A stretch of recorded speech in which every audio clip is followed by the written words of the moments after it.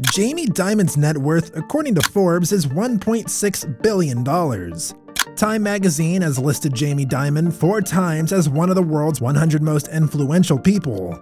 Unlike other billionaires, Jamie Dimon did not create any tech company, nor he inherited any company. He just started as a small employee. To understand this gigantic amount, note that JPMorgan Chase controls more valuable assets than the GDP of entire continents like South America, Africa, and Oceania. Growing up, Jamie learned a lot about finance from his father and grandfather. Jamie finished high school and then joined Tufts University. After earning an MBA, Jamie Dimon got offers to work at Goldman Sachs and Morgan Stanley. In 1985, Weil left American Express and Dimon went with him.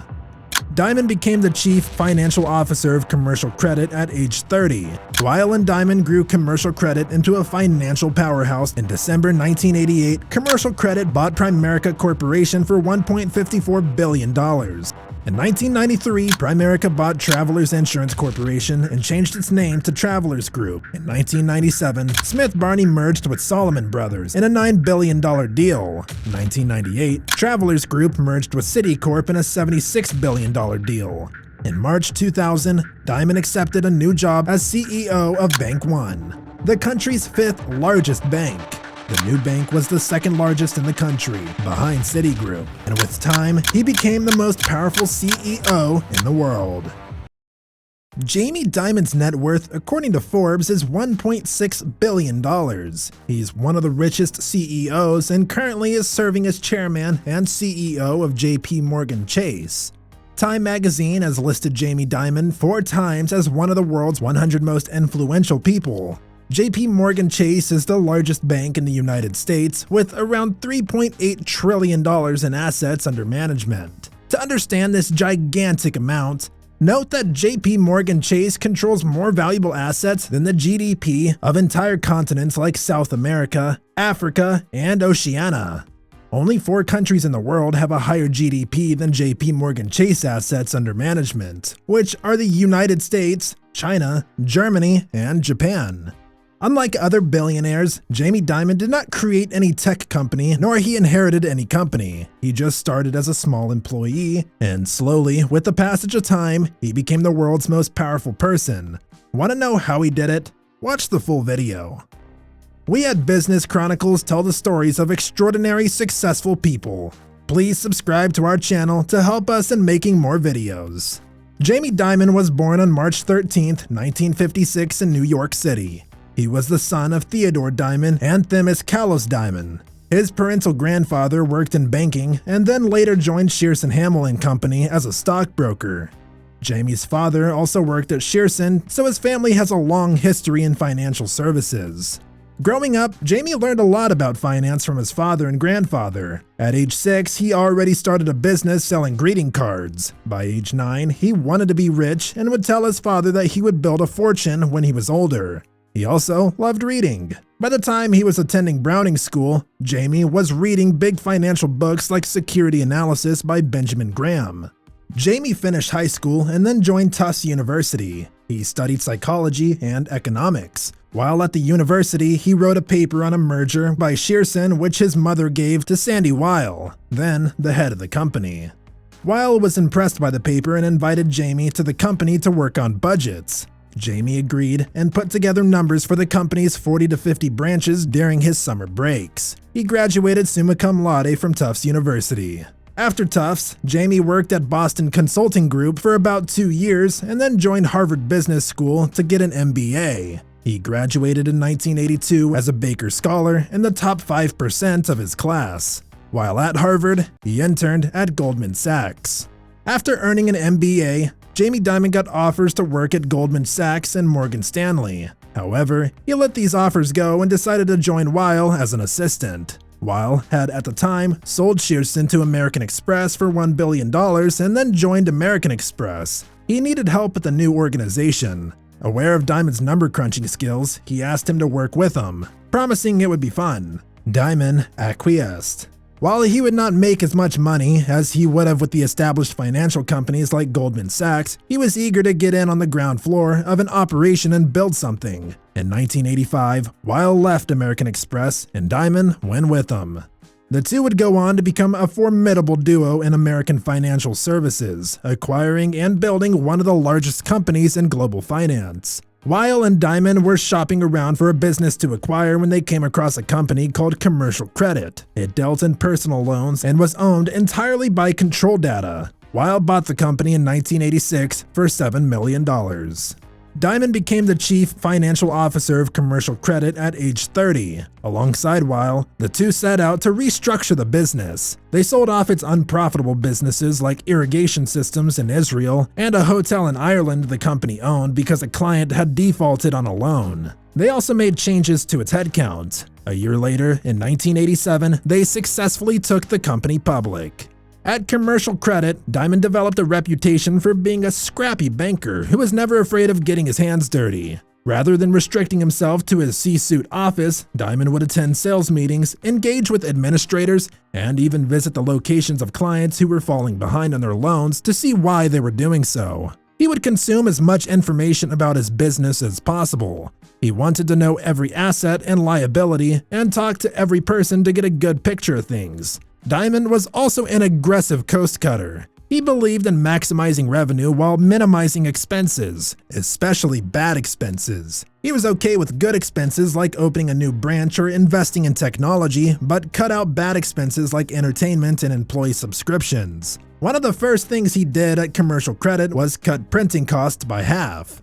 Driven to achieve efficiency, Dimon also pushed his team a lot. Weil and Dimon grew Commercial Credit into a financial powerhouse through a spate of acquisitions in the late 1980s and throughout the 1990s. Dimon's job was to conduct due diligence on all acquisitions, utilizing his number-crunching skills to rationalize their books and integrate the new businesses into the company. During this period, he held several roles, often concurrently. In December 1988, Commercial Credit bought Primerica Corporation for $1.54 billion. Primerica owned Smith Barney and A.L. Williams Insurance Company. In 1989, Commercial Credit took Primerica public. The same year, the company acquired the retail brokerages of Drexel Burnham Lambert. In 1990, Dimon became Executive Vice President of Primerica. He concurrently worked as Chief Operating Officer of Smith Barney Incorporated, its subsidiary. In 1991, Dimon was named President of Primerica. In 1993, Primerica bought Travelers Insurance Corporation and changed its name to Travelers Group. Dimon became President and Chief Operating Officer of Travelers Group. Dimon recorded several successes with Smith Barney. Under his watch, Smith Barney became the first brokerage to offer no-load mutual funds, and the only one to tie into the widely used personal finance program, Quicken. When he joined Smith Barney, it was a small brokerage, but by the late 1990s, had become a major player on Wall Street. By 1996, Smith Barney contributed 30 to 40% of the parent company's earnings. In 1997, Smith Barney merged with Salomon Brothers in a $9 billion deal. Dimon became co-CEO and co-chairman of the new entity. In 1998, Travelers Group merged with Citicorp in a $76 billion deal. They formed a new company called Citigroup, with Dimon as co-CEO alongside two others. Unfortunately, owing to disagreements with Weil, Dimon left Citigroup in 1998. After leaving Citigroup, Dimon sold all of his shares in the company, completely severing his ties with it. He made $110 million from the sale. Dimon then spent 1.5 years outside the financial world contemplating his next move. He thought of opening an investment firm and becoming a teacher. He even got a job offer to work at Amazon. However, he eventually declined to return to finance. He loved the industry and did well in it. In March 2000, Dimon accepted a new job as CEO of Bank One, the country's 5th largest bank. At the time, Bank One had incurred a number of management missteps culminating in a net loss of $511 million in 2000. Dimon was brought on to turn around the ailing consumers bank as he had with Commercial Credit.